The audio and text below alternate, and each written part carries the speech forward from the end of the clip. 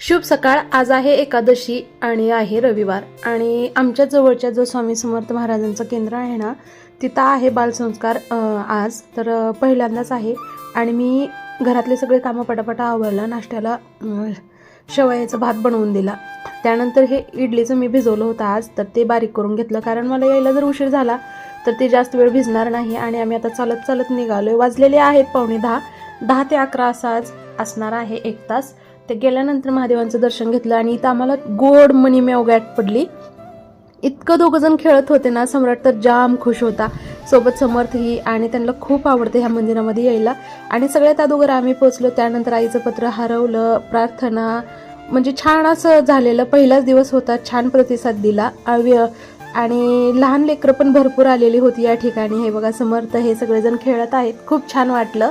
त्यानंतर हे सम्राटचं वेगळं आपल्या आपल्या वयाचे मित्र घेऊन तो खेळायला लागला. लुडबुड चालू होती.